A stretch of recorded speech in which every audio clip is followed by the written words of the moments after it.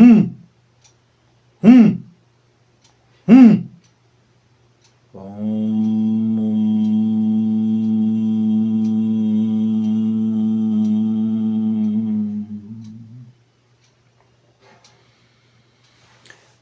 मित्रों नमस्कार, आप हैं बसंत गुरु जी के साथ। इतना अभ्यास कीजिए और आपकी हैबिट चेंज हो जाएगा। मित्रों, ये जो मैंने आपको अभी एक योग क्रिया बताया, इस योग क्रिया को यदि प्रतिदिन सुबह 1 घंटा और शाम को 1 घंटा एक क्रम में यदि आप कर लेते हैं तो आपका जो भी नए हैबिट बनाना चाहते हैं, यानी कि पुरानी आदतों को बदलना और नए आदतों को शामिल करना, जिससे आप अपने उन पुराने आदतों से जिससे आप परेशान हो, जो आपको नुकसान देता है, जो आपको क्षति पहुंचाता है, जो आपके व्यक्तित्व में हानि पहुंचाता है, जो आपकी योजनाओं को फेल कर देता है, जो आपको अपने प्रतिभा को निखारने में वह सहायक नहीं है बल्कि वह विपरीत है, उत्प्रेरक का नहीं बल्कि विष का काम कर रहा है, तो आप उन आदतों को खाली करेंगे और उसके जगह पर नए हैबिट्स को लाएंगे। तब जाकर के आपका व्यक्तित्व में, पर्सनालिटी में बदलाव होगा और सफलता, आनंद और प्रेम पूर्वक आप जीवन जिएंगे। नहीं तो क्या होगा, आप अपने पुराने मेमोरी को लेकर के बार बार उसी विचार को अपने दिमाग के अंदर ठूसते रहेंगे, अपने पास्ट में जीते रहेंगे और फ्यूचर की प्लानिंग करते रहेंगे। पास्ट में जीते रहेंगे और फ्यूचर की प्लानिंग करते रहेंगे, और हर बार यही आपके साथ दुख होगा, ये पीड़ा होगा कि आपका कोई प्लानिंग सक्सेस नहीं हो रहा है, क्योंकि आप जी कहाँ रहे हैं, आप पास्ट में जी रहे हैं। मेरे साथ ऐसा हो गया, हम इतने दुर्दिन में थे, हम इतने दुख में थे, हमको इतना पीड़ा मिला, हम इतने स्ट्रगल करते रहे, हमारे साथ ऐसा हो गया, फलाने ने हमें टोना कर दिया, फलाने ने टोटका कर दिया, फलाने ने हमारे साथ तंत्र मत कर दी, फलाने हमारे देखे जलते हैं, हमारे देखे ईर्ष्या भाव रखते हैं, वे हमको आंख फूटे नहीं सुहाते, वे ऐसा है, वे ऐसा है, हम ये बनना हम चाहते थे पर इनके कारण हम ऐसे हो गए, हम इनके कारण वैसे हो गए, नहीं तो हम लोग आज यहाँ होते, नहीं तो आज मैं ये कर लिया होता, मेरे साथ ऐसा नहीं होता तो आज मैं इस मुकाम में रहता।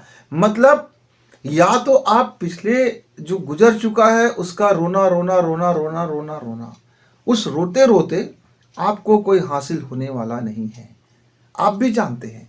पर ये जो रोने की जो आदत है, यानी गाने की जो आदत है, पकड़े रखने की जो आदत है, ये हैबिट आपके जीवन को खराब कर रहा है। फिर क्या होता है, अब जब वो पास्ट को एक हाथ में पास्ट को धरे बैठा है, अब क्या करता है, वो अपनी विशेषता, अपनी अच्छाई गिनाने के लिए अपने सिर्फ फ्यूचर प्लान की बात करता है। मैं फ्यूचर में डॉक्टर बनूंगा, मैं फ्यूचर में इंजीनियर बनूंगा, मैं आईएएस अफसर बनूंगा, मैं पीएचडी करूंगा, मैं ये करूंगा तो मैं वो करूंगा, मैं इतने शानदार एग्रीकल्चर का काम करूंगा, इतने शानदार मेरे खेती का काम होगा, मैं इतने ये बिजनेस करूंगा, मैं वो बिजनेस करूंगा, मैं ऐसा करूंगा, मैं वैसा करूंगा। यानी दो चीज़ों में आपकी ज़िंदगी का जो पहिया है वो भाग रहा है। थे, हमारे साथ हुए और ऐसा हम करेंगे, हम ऐसा सोच रहे हैं।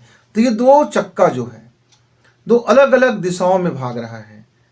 थे करेंगे करेंगे करेंगे। अब जब आपकी रथ की दो जुते हुए वश्व, दोनों शक्तिशाली, एक मन एक ब्रेन, एक मन एक ब्रेन, एक भावना और एक एक आपका एहसास, दोनों अलग अलग अलग अलग दिशाओं में भाग रहा है। एक तरफ से रोत रहे हैं और एक तरफ सिर्फ इच्छाएं देख रहे हैं।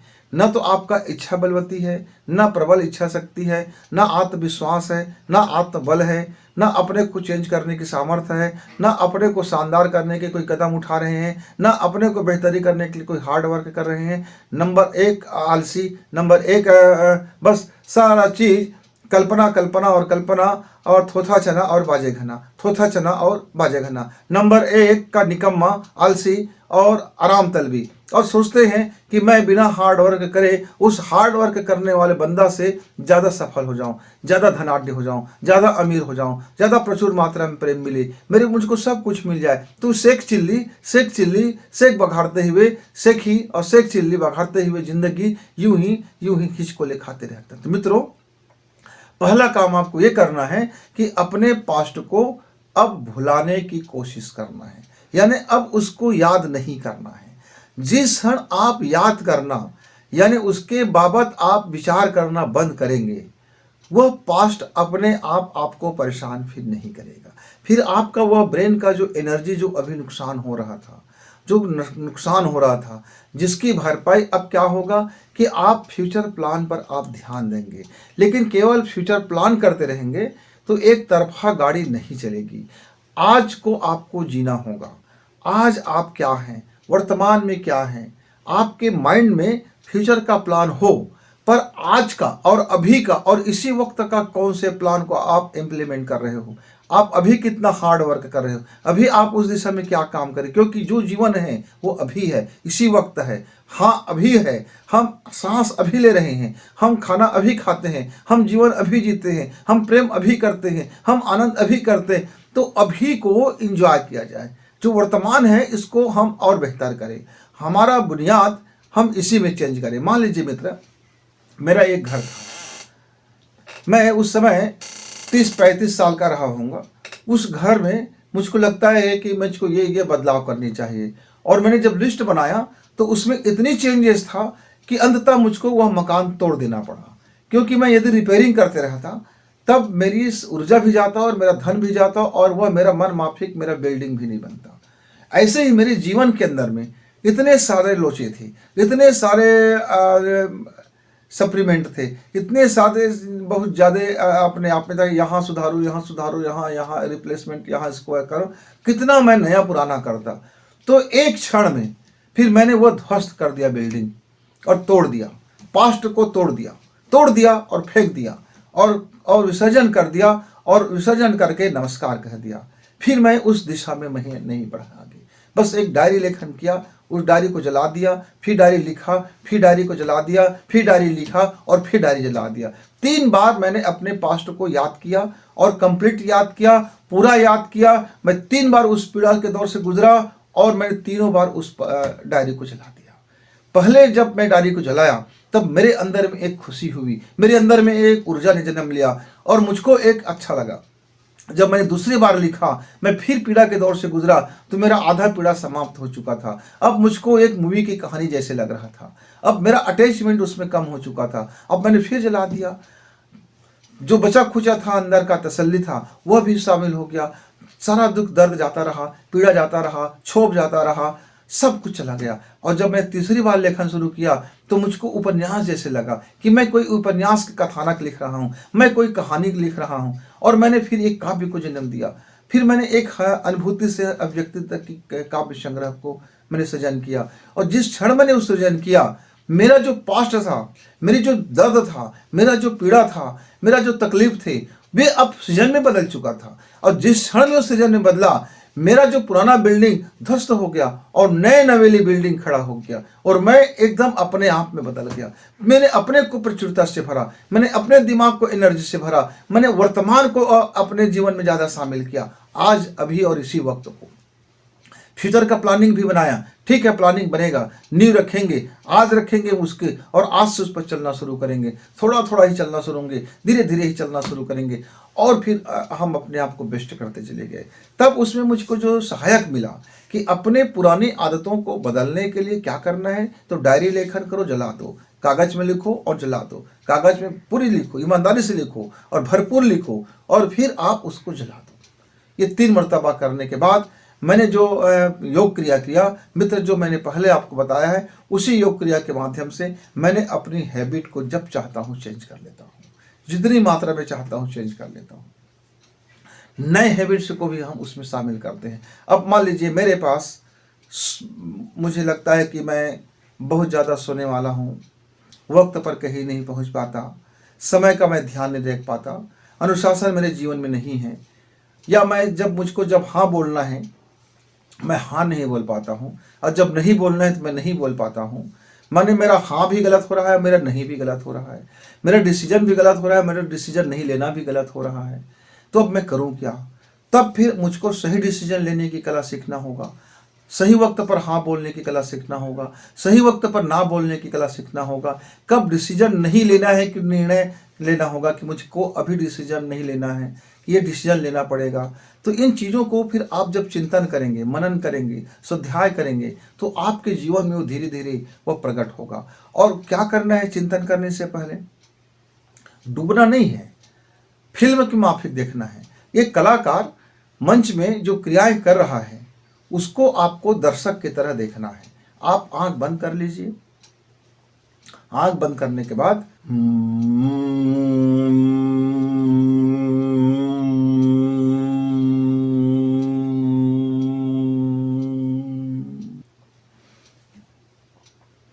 आपने यदि 5 मिनट भ्रामरी गुंजन प्राणायाम किया है तो 5 मिनट हूँ हूँ हूँ को आपको बोलना है। फिर आपका 5 मिनट फिर वही होगा। इस तरह से क्रम को बदलते हुए अंदर में मानसिक चिंतन करते हुए कि जो फ्यूचर है आप उसको देख रहे हैं, खुशी महसूस कर रहे हैं, उसको होते हुए अनुभव कर रहे हैं। यानी कि आपको अपना पास्ट याद नहीं करना है। आपने कल्पना की है, जो आपने फ्यूचर प्लान किया है उसको मानसिक रूप से, मानसिक चित्रण से जीवन में देखना है, जीना है उसको। और जब आप उसको देखेंगे कि हाँ मैं इसको जी रहा हूँ, तब वह प्रकट हो जाएगा। मैं एक छोटी सी एक सच्चाई बताता हूँ, उसके बाद अपनी वाणी विराम करूँगा। मेरे एक मित्र थे, उस मित्र को एक बाइक लेना था, पर उसकी आमदनी उतना नहीं था। वह हमेशा जब भी मुझसे मिलता एक ही बात बोलता, गुरुजी मेरी बड़ी इच्छा है कि मैं बाइक लूँ, पर मेरे पास कुछ बच नहीं रहा है, मैं बाइक कैसे ले पाऊँगा। अच्छा, तो मैंने उससे पूछा आप क्या खान पान करते हो, कैसे जीवन जीते हो, कौन सा व्यापार व्यवसाय करते हो। अब उन्होंने सारी बातें रख दी। तो मैंने क्या किया, उसकी कुछ बुरी आदतें थी, उसको कहा कि इसको आप याद नहीं करेंगे और आपको अच्छी आदतें याद करना है। क्या याद करना है? आप ये गुंजार कीजिए और हम कहिए और मन ही मन कहिए कि मेरे पास एक नया बाइक है, बाइक में मैं और मेरी धर्मपत्नी और मेरे बच्चे, और फिर मैंने इस बाइक से अपना ये व्यापार कर रहा हूँ, मैं ये व्यवसाय कर रहा हूँ, मेरे पास समय जो बचता है मैं उस समय का इस काम में उपयोग कर रहा हूँ, मेरा फिर धन दौलत बढ़ रहा है, मेरी कृषि कार्य का आमदनी बढ़ रहा है, क्योंकि मैं अब उन्नत तकनीकी से खेती कर रहा हूँ, उन्नत बीज पैदा कर रहा हूँ, और मैं मार्केट जाते हुए मैं अपने समय का ध्यान रख रहा हूँ, मेरा समय का बचत हो रहा है, मेरा धन का भी बचत हो रहा है। मैं अपने इस बाइक के आने से हमारे घर में पूरी खुशियाँ हैं और समृद्धि प्रचुर मात्रा में हो रहा है। इसलिए मैं प्रभु को धन्यवाद देता हूँ और अपने इस बाइक को भी धन्यवाद देता हूँ और मैं अपने समय का पालन करता हूँ। आप इस भाव को आप लगातार रोज सुबह और शाम आप खाली समय निकाल करके या बीच में दोपहर में कभी समय मिल जाए तो ये गुंजन और हूँ के बाद आप मन ही मन इसको करते रहिए, विजुलेशन करते रहिए, इमेजिंग करते रहिए। कुछ समय के बाद आप देखेंगे कि आपके व्यापार व्यवसाय को कैसे बढ़ाना है, ये तकनीकी का दिमाग आपके भीतर में आएगा।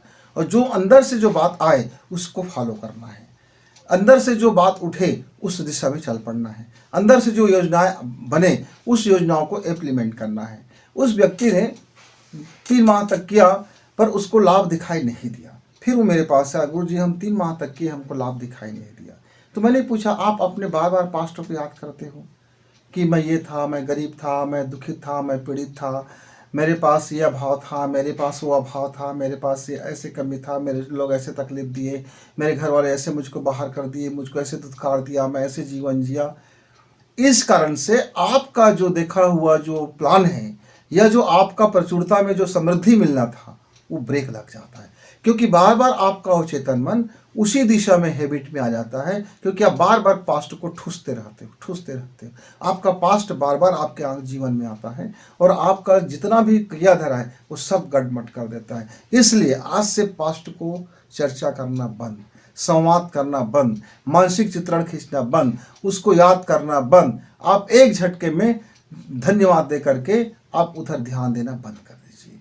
मित्र फिर उन्होंने दोबारा प्रयास किया तो उसकी व्यापार व्यवसाय में वृद्धि हुआ और वह अब एक प्लानिंग कर लिया कि मैं क्यों ना इसको कर्जे में बाइक ले लूँ। वो फिर मुझसे सलाह लेने आया, तो फिर मैंने मना किया। आप यदि सपना में, ड्रीम में यह देखते हैं कि आपके पास कोई कर्जा नहीं है, तो कर्जा की बात बीच में कहाँ से आ गया, ऋण की बात बीच में कहाँ से आ गया। आप जब नकदी ले रहे हैं, केस में ले रहे हैं, आप अपनी कमाई से ले रहे हैं, आप अपने बेनिफिट से ले रहे हैं, तो ये घाटे की फिर बात आपके मन में क्यों आ गया, इसको रोकिए।